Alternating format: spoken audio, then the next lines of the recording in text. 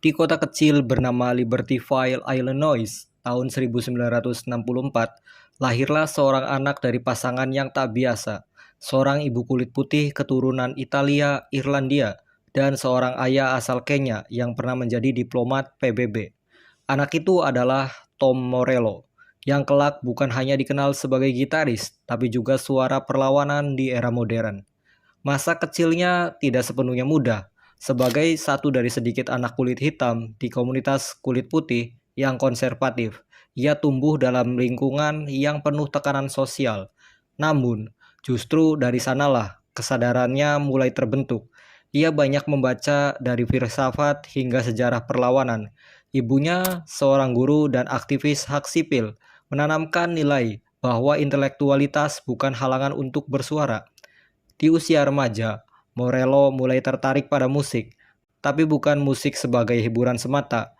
Baginya, itu adalah alat untuk menyuarakan ketidakadilan, alat untuk menentang struktur kekuasaan, dan ketika punk, metal, dan rap mulai menyatu di era akhir tahun 80-an, Tom menemukan jalur yang pas untuk menyuarakan dua hal, kemarahan dan ideologi.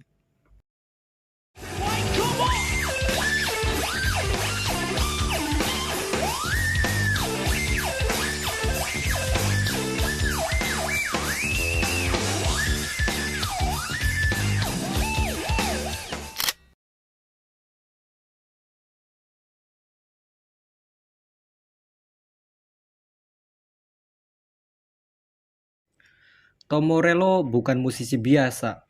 Ia adalah mahasiswa lulusan Harvard University dengan jurusan ilmu politik. Tapi, alih-alih mengejar karir diplomasi atau hukum, ia memilih panggung kecil di sudut kota Los Angeles, membawa gitar dan idealisme yang jarang ditemui di industri musik. Tahun 1991, Tom bertemu Zack de la Rocha, vokalis dengan latar belakang hip-hop dan semangat politik yang membara, bersama Brad Wilk pada drum dan Tim Comerford pada bass. Mereka membentuk band bernama Rage Against the Machine. Nama itu bukan sekedar slogan, itu adalah deklarasi. Mereka menolak format industri musik saat itu yang terlalu nyaman dan menjual mimpi semu.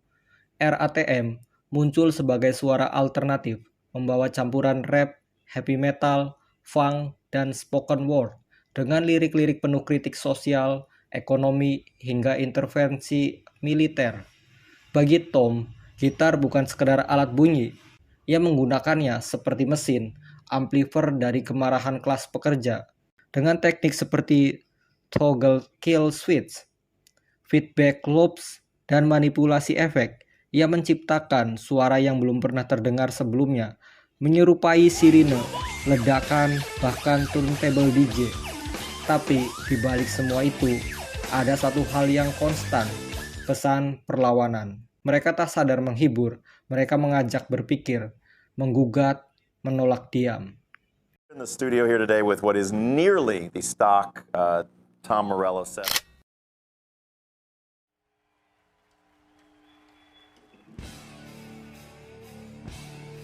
Tahun 1992, Rage Against the Machine merilis album debut mereka.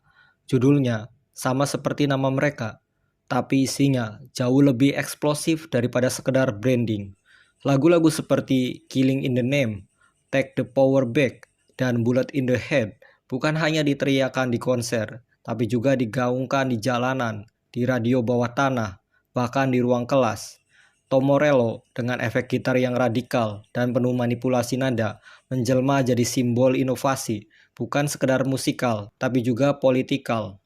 Ia menolak solo gitar konvensional, lebih suka menciptakan bunyi yang tidak masuk akal bagi pendengar awam, seolah mencerminkan sistem yang juga tak masuk akal bagi kaum tertindas. Album debut ini bukan hanya sukses komersial, tapi juga menciptakan ruang baru dalam peta musik alternatif. Di saat banyak band memilih aman, Rage Against the Machine justru tampil frontal, membawa isu rasisme, kolonialisme, dan kapitalisme ke dalam industri yang jarang menyentuh secara langsung.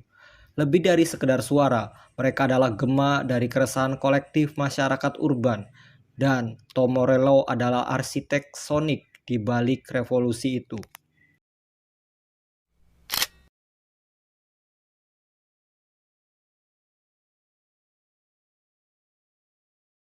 Bagi Tom Morello, panggung hanyalah awal dari perlawanan.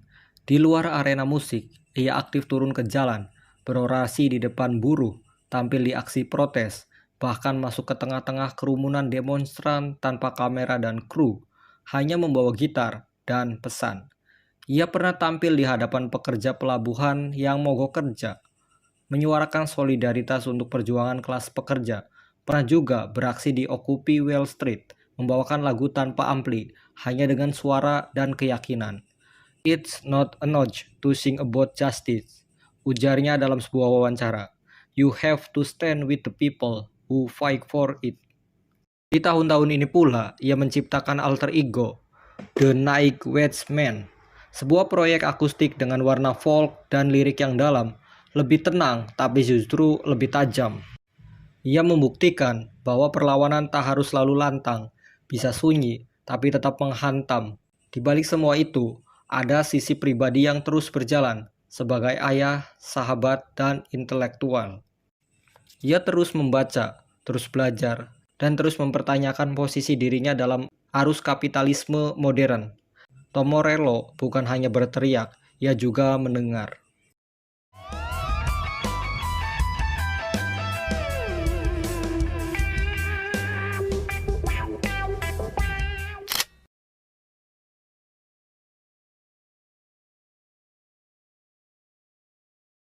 Setelah vakum hampir satu dekade, tahun 2007 dan kemudian 2019 menjadi titik kembalinya Rage Against the Machine ke panggung dunia.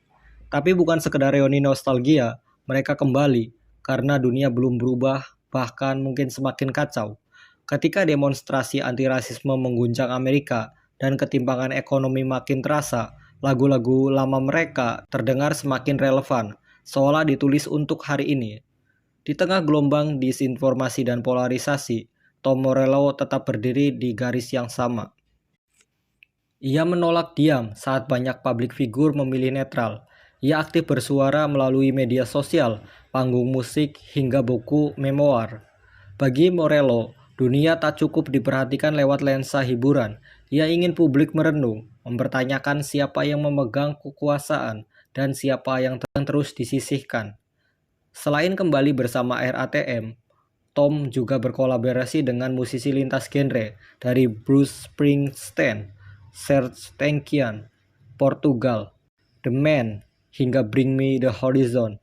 Ia membuka ruang bagi generasi baru menjadi jembatan antara idealisme lama dan semangat baru.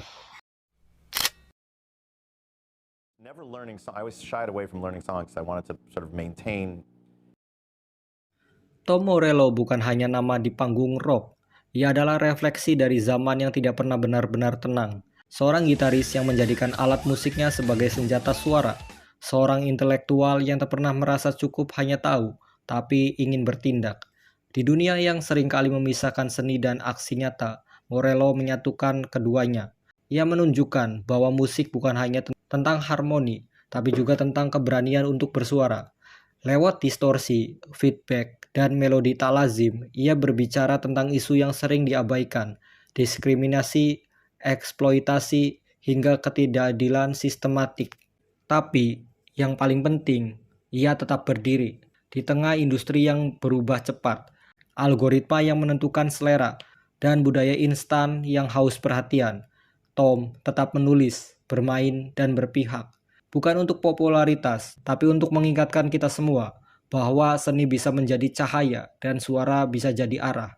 Dan mungkin itu adalah bentuk perlawanan yang paling abadi.